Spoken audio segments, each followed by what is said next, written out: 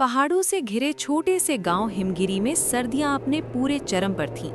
इस साल भयंकर ठंड और बर्फबारी ने पूरे गांव को अपनी चपेट में ले लिया था।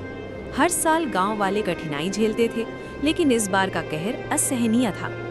गांव के बाहरी छोर पर एक साधारण कुटिया में महायोगी विमल रहते थे। उनका स्वभाव अत्यंत दयालु था और उन्होंने हमेशा दूसरों की निस्वार्थ मदद की थी। इस बार भयंकर ठंड में उनकी कुटिया में आग जलाने का कोई साधन नहीं था। एक दिन ठंड से कांपते हुए महायोगी विमल गांव में आए और लोगों से मदद मांगी। पुत्रों, इस कड़ाके की ठंड से बचने के लिए क्या तुम मुझे थोड़ा अन्न या कोई पुराना गर्म वस्त्र दे सकते हो? मैं ये ठंड सहन नहीं कर पा रहा हूँ। गांव के लोगों ने स्वार्थवश उनकी सहायता करने से इनकार कर दिया। बाबा, हमें खुद मुश्किल हो रही है। आप तो तपस्वी हैं, तपस्या से गर्मी पैदा कीजिए। किसी ने कहा। हाँ बाबा, हम आपकी मदद नहीं कर सकते। आप ईश्वर के भक्त हैं, उनसे मदद मांगे। दूसरे ने जोड़ दिया। महायोगी विमल ने उन्हें समझाया, बेटा, ईश्वर ने इंसान को इंसान की मदद के लिए बनाया है।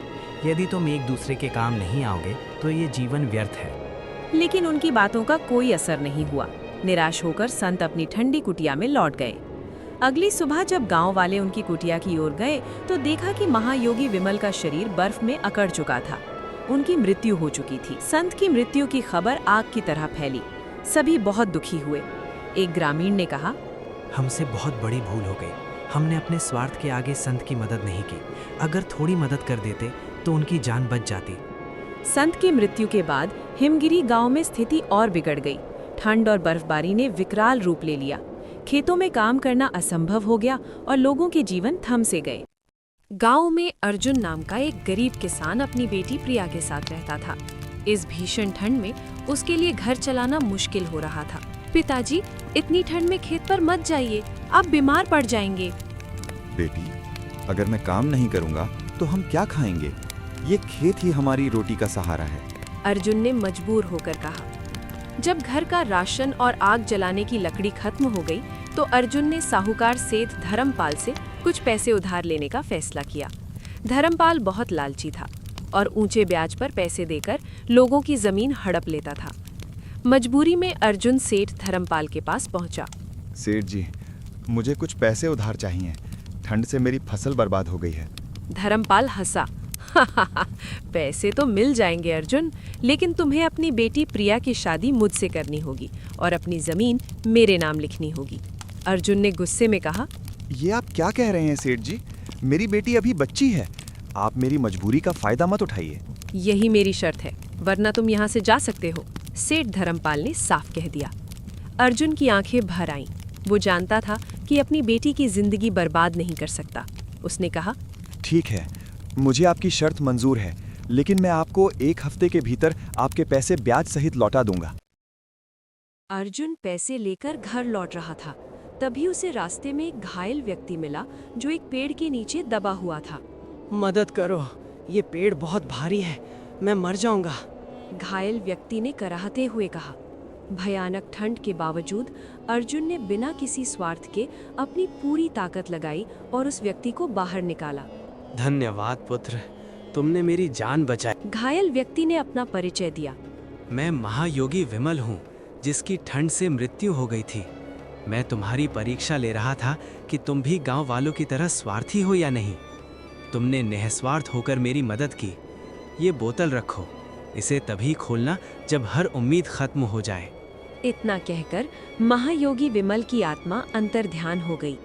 अर्जुन जब घर पहुंचा तो प्रिया ठंड से बीमार थी। तभी सेठ धर्मपाल वहां आ पहुंचा। अर्जुन, 1 हफ्ता पूरा हो गया, अब अपनी बेटी की शादी मुझसे कर दो। हताश होकर अर्जुन चिल्लाया, हे भगवान, कोई तो मेरी मदद करो, मेरे पास अब कोई रास्ता नहीं बचा। जैसे ही उसने ये कहा, महायोगी विमल की दी हुई बोतल से एक तेज रोशनी निकली और उसमें से सोने के सिक्के निकलने लगे। अर्जुन तुरंत उन पैसों को लेकर सेठ धर्मपाल के पास गया और उसका सारा कर्जा ब्याज सहित चुका दिया।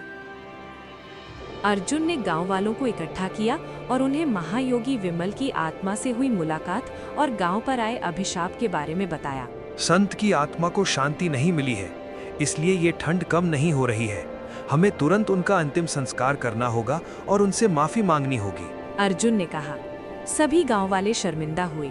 वे एक साथ महायोगी विमल की कुटिया पर गए और पूरी श्रद्धा के साथ उनका अंतिम संस्कार किया।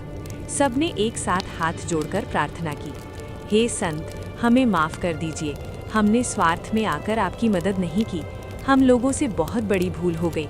जैसे ही चिता से धुआं उठा, आसमान से एक दिव्य रोशनी निकली और संत की आत्मा प्रकट हुई। मैं तुम सबको इस अभिशाप से मुक्त करता हूँ, लेकिन याद रहे, मनुष्य का पहला धर्म निस्वार्थ सेवा है। इंसान ही इंसान के काम आता है। आज से हर जरूरतमंद की सहायता करना। संत के आशीर्वाद के तुरंत बाद आसमान साफ हो गया और भीषण ठंड धीरे धीरे कम होने लगी। लोगों के चेहरे पर खुशी लौट आई। सभी गांव वालों ने ये प्रण लिया कि अब से वे हर जरूरतमंद की मदद करेंगे और किसी को भी अकेले संकट से नहीं जूझने देंगे। अर्जुन गांव के लिए एक मिसाल बन गया, जिसने निस्वार्थ सेवा के महत्व को गांव को फिर से याद दिलाया।